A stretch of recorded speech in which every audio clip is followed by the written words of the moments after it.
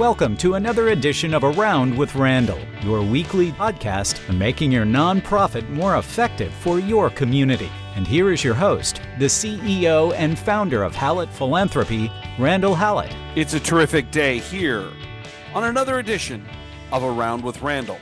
And I'm thankful for a few minutes of your time as we actually take a look back as we are here at year end in 2024 at the predictions that I did 12 months ago for this calendar year. What would happen? What might be things to be thinking about, to be concerned about in philanthropy? And I believe I had about 8 or 9 different thoughts 12 months ago. And as we do every year, we're going to try to grade these out. Now, over the past couple of years, since I started this podcast, I'm running at about 70% accuracy. That's not terrific, but it's not bad. We'll see how we do this year. So let's look back 12 months. What happened and what was predicted? Well, the first thing I predicted was that there would be a drop in philanthropy, and I actually put a number to it. And really the number was related to the percentage of GDP, so we can kind of keep some consistency year over year. I actually predicted it would be down about 1.75% of gross domestic product in the United States. Actually, the number came in closer to 2%, but it was down, in particular when you compare it to inflation. One of the things that we were concerned about regarding the overall philanthropy, particularly in the non-political space, was the presidential and senatorial, as well as representative local elections, and the increase in political spending that is kind of is dominating our conversations in terms of election. You know, you can't miss it. You listen to the radio. It's like the radio's disappeared. All it is a bunch of ads. Well, those dollars come from places, and most of it's philanthropic in some way, shape, or form. The concern I had is that would take money out of the system. Now, we don't have the 2024 numbers. The last numbers we have, which I am lucky enough to be a part of, the Giving Institute, are from 2023. But what we did see is a decrease in giving overall. And I believe that we will see, because of the amount of record spending in the political world that we had to endure through the second half of the year up through the election in early November, the prediction turned out to be pretty accurate. Now, the number was too low. So I'll give myself a partial credit on that particular one. My prediction was about 1.75% of GDP, was a little bit under 2% when you look at the overall numbers, and made a particular note about the amount of money that might be spent in the political arena, particularly with the presidential election, and it turned out to be correct on that. So a partial credit looking back. Number 2 is that I really began to believe and think about that with the decrease of donors that we're seeing across the last decade and a half or two, number of households making a gift to any nonprofit, that the individualization, or maybe a better word would be personalization, of correspondence stewardship would be on the dramatic rise. So if we look at the numbers for the third year in a row, according to Lilly School of Philanthropy, we have seen a decrease in the number of donors, particularly in the $20 to $50 to $100 to $250 levels. On top of that, the number of people giving $100 specifically has decreased by 10% over the last 12 months, or the 12 months in the reporting period. This idea, according to multiple sources, the ability for organizations to steward their donors is becoming more important on a personal level. But the problem is, if we have 5,000 donors, you can't write each one an individual note every month. You wouldn't have enough time. So the way in which people are merging or using technology to put individualized attention there at the top of their priority list has become more evident. And I'll give you an anecdotal one that comes from my own life. I have been a very, very consistent donor to the law school that I attended, the University of Missouri, Kansas City.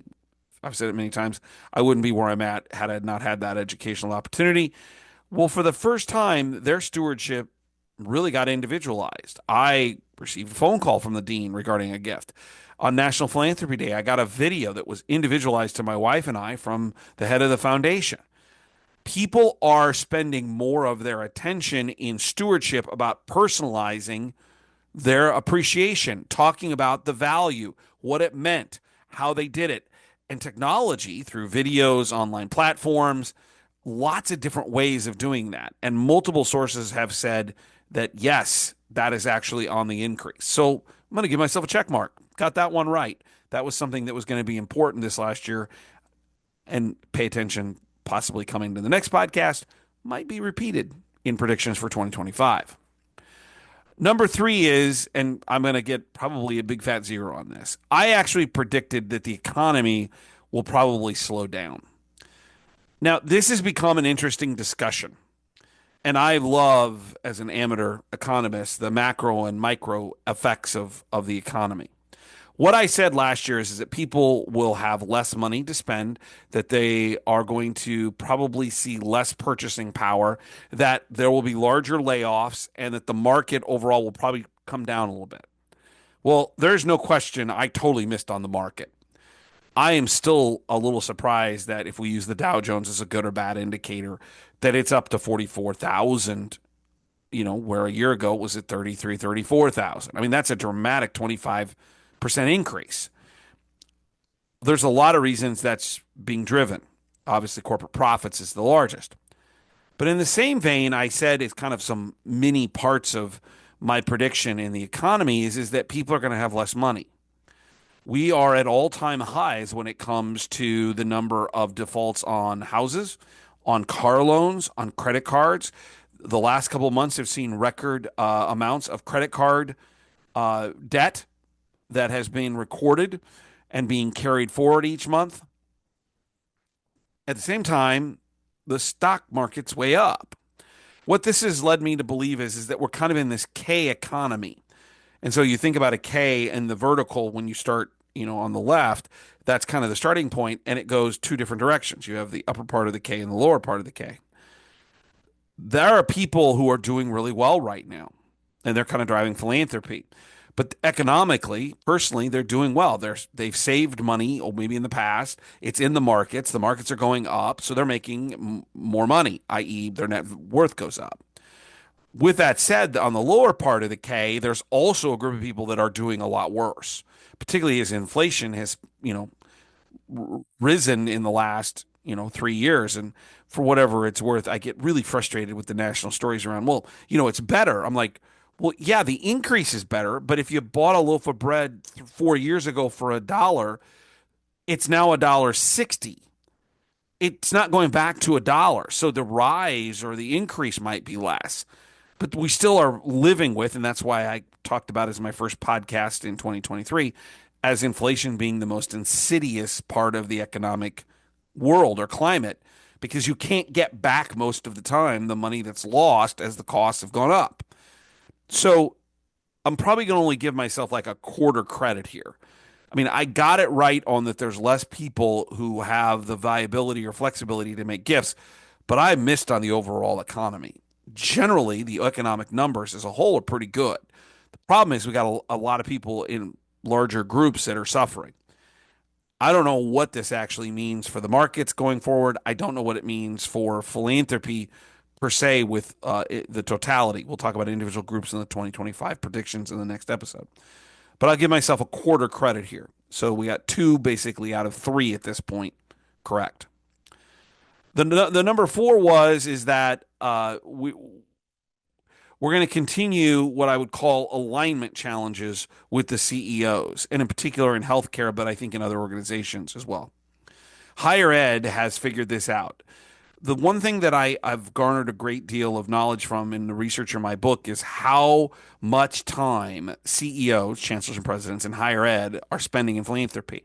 I've also had some opportunities to spend some time in independent schools, so maybe K through 12, independent schools where those heads of school, CEOs, are spending the amount of time dramatically different than 5 years ago, 7 years ago, in philanthropy. But the challenge, my prediction was in the other parts of the nonprofit world. And the one thing that this last year has taught me is I've had multiple opportunities to go and speak about my book to state hospital associations, certainly to other associations. As you get more and more people who are reading about maybe the work that I did, I'm incredibly proud of the book Vibrant Vulnerability, is that this disconnect's not going anywhere. I'll just give you one kind of anecdotal thought.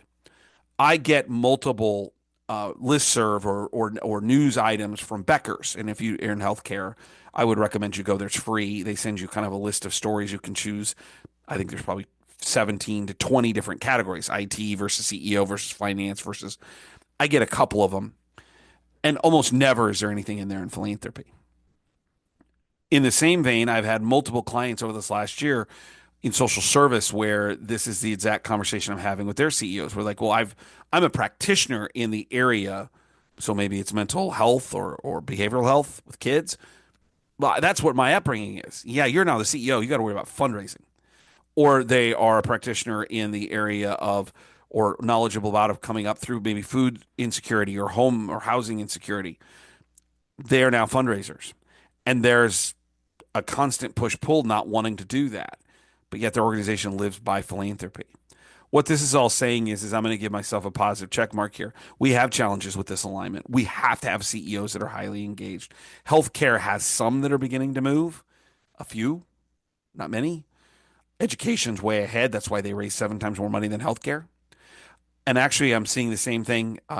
Spent a number of training sessions with ministers, rabbis, priests, imams, religious leaders, having this conversation with, well, instead of standing up at the pulpit or the front of the church and making it obligatory, why aren't we having conversations about what people really want to do within the religious space that they believe, making it more individualized? And that means I have to go talk to people about this. Yes.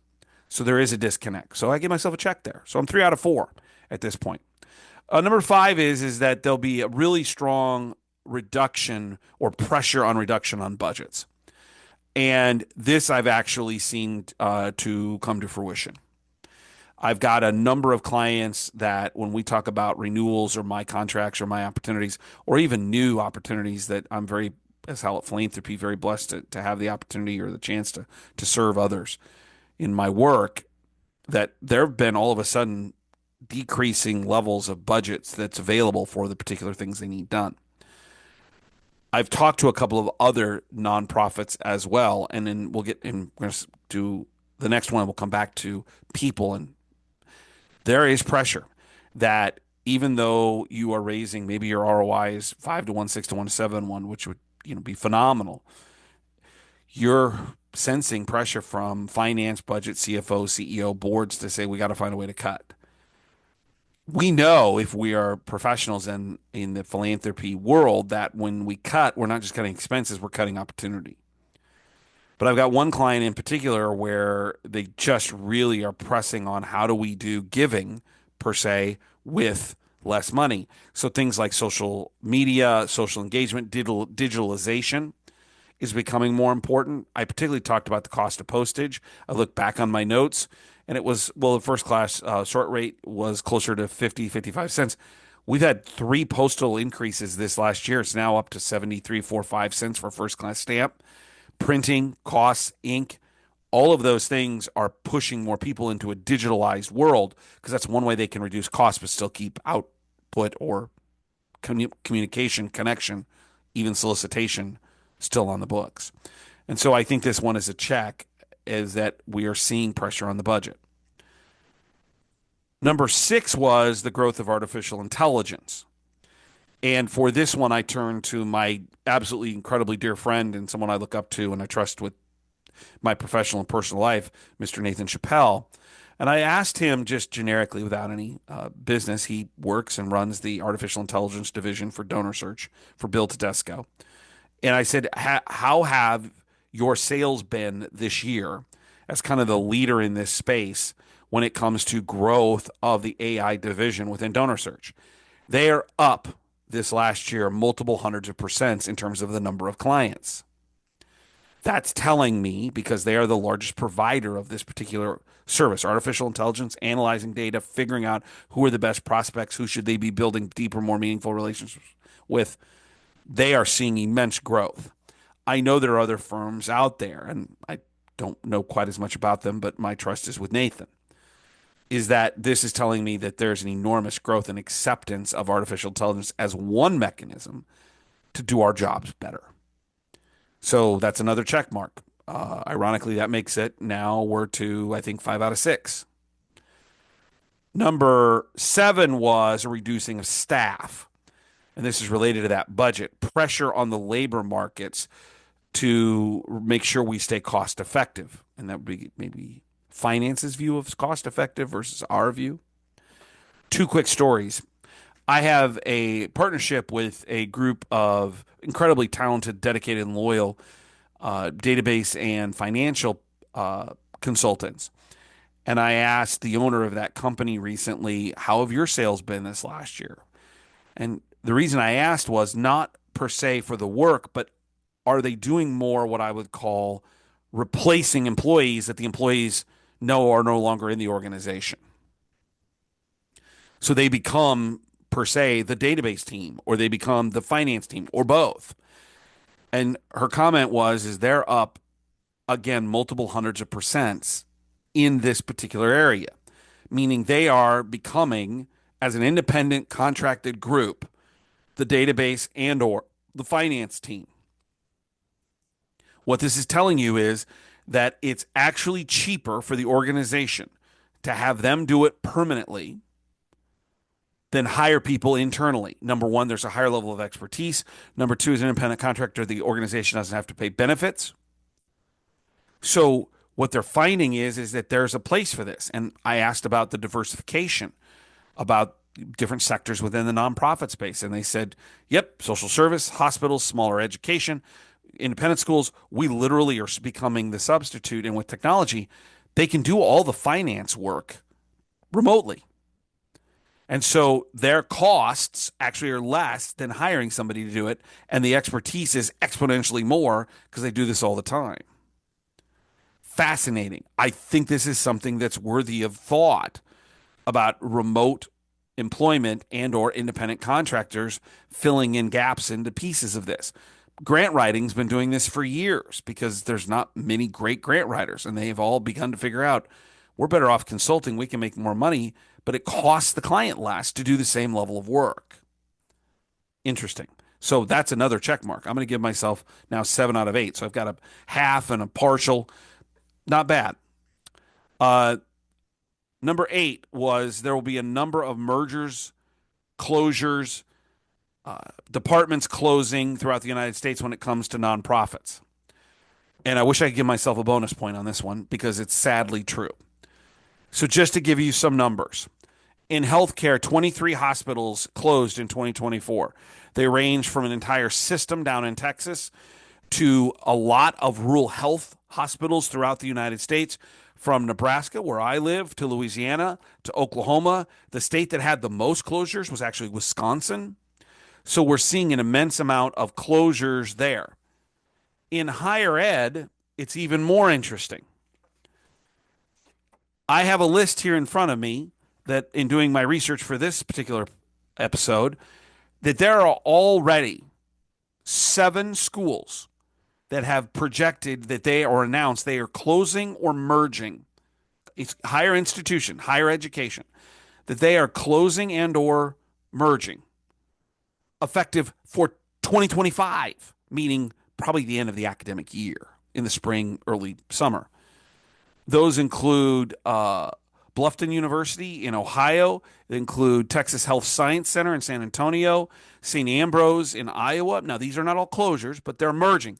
They're forcing themselves. We've got to reduce our costs and increase the number of students. So education is under siege. That's 2025.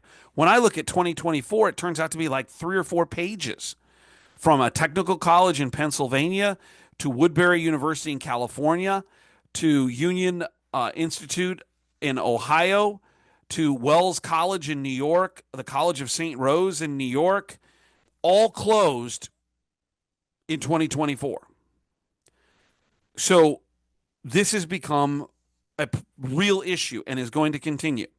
Just to give you context in terms of colleges, that the number of colleges closing in the calendar year of 2024, depending on a couple of announcements that may come, will be the largest amount of schools to ever close in a single year that they've tracked data. I'm not going back to the Depression of the 1930s. Hospitals are signaling this.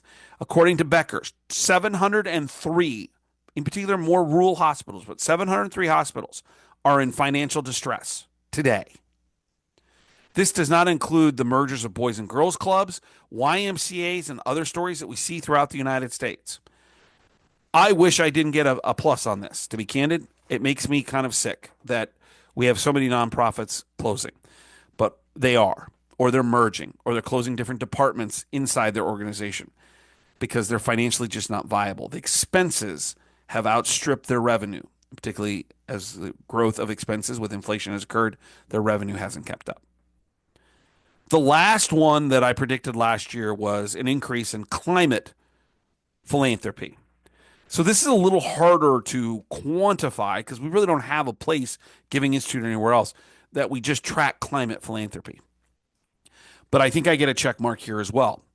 So the GAEA's Corporate Philanthropy Challenge for 2024 and looking forward was, as they call it, to mobilize $1 billion in funding in climate and nature interventions by 2030. That the attention to this is continuing to grow. The rough estimation that the best that I could find based on current data is that philanthropy in this area was somewhere between 650 and 700 million. That's kind of an estimate. Whereas the estimate from 2023 is about 600 million. So it's a small increase, but it's an increase, and there's more conversation around it. And the GAEA's $1 billion challenge by 2030 is evidence of that. So another check mark. So those are, I believe, 8 different predictions from last year. And if we do partial credit, I got 7 out of 8. If we don't do partial credit, I'll give myself 6 out of 8. So somewhere between 75 and 87% accurate. Some of them I don't want to be accurate. Sometimes they're bad news. Some of them are instructional, like if you're not personalizing. I think the real question here is, what is it you're doing based on some of these predictions to be prepared for what's coming? And that leads us to where we're going next. The next time we gather as a group, maybe it's just you and me, on the next edition of Around with Randall, we talk about 2025 and what I see there. There may be a repeat or two, but there's some other things we should be aware of, maybe giving you some insight on the things you should be thinking about for the next calendar year. Don't forget to check out the blogs at Hallett Philanthropy, 2 per week. Interesting things that I see or read about that may just give you something to think about. hallettphilanthropy.com/blogs. And if you'd like to reach out to me, it's podcast at hallettphilanthropy.com. As we move into the holiday season, I want to remind you about the importance of the work that you do. We know December, with the calendar year, is an incredibly important time of the year when it comes to philanthropy.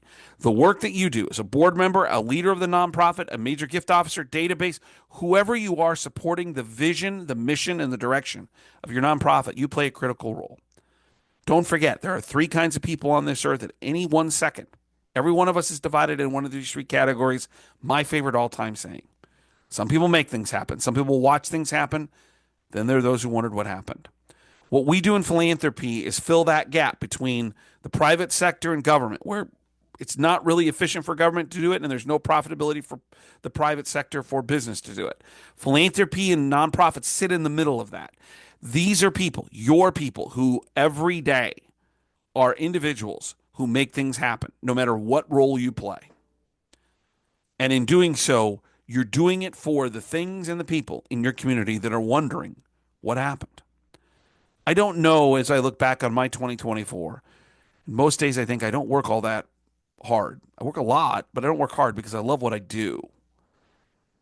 How impactful the people I work with, the clients I serve, they are, and how much I want to continue to remind them of the value that they play every day. And that applies to you. What you do every day makes a difference.